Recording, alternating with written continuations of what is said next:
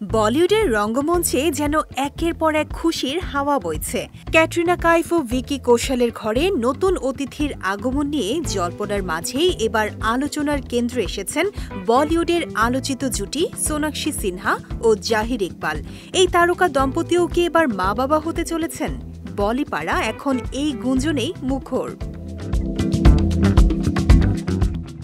আলোচনা শুরু হয় সম্প্রতি একটি ফ্যাশন শোয়ে সোনাক্ষী জাহিরের উপস্থিতিকে কেন্দ্র করে। লাল রঙের আনারকলিতে সেজেছিলেন সোনাক্ষী, তবে সবার নজর কাড়ে তার ওড়না। কাঁধ থেকে ওড়নাটি এমনভাবে নেমে এসেছিল যে অনেকেরই মনে হয়েছে তিনি যেন পেটের অংশটি আড়াল করার চেষ্টা করছেন।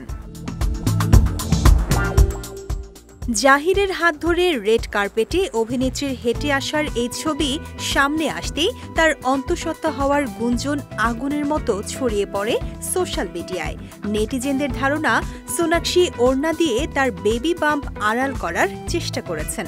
এমনকি ছবি তোলার সময়ও সোনাক্ষী পেটের কাছে হাত দিয়ে পোজ দেন, যা সামাজিক যোগাযোগ মাধ্যমে আরও আলোচনা সমালোচনার জন্ম দিয়েছে। তবে এই গুঞ্জন কানে গিয়েছে সোনাক্ষীরও।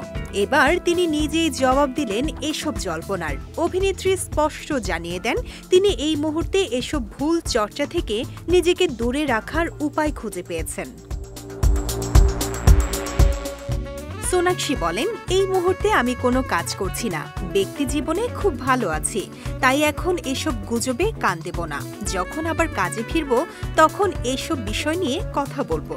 সম্প্রতি একটি মসজিদে প্রবেশ করা নিয়েও কটাক্ষের মুখে পড়েছিলেন সোনাক্ষী।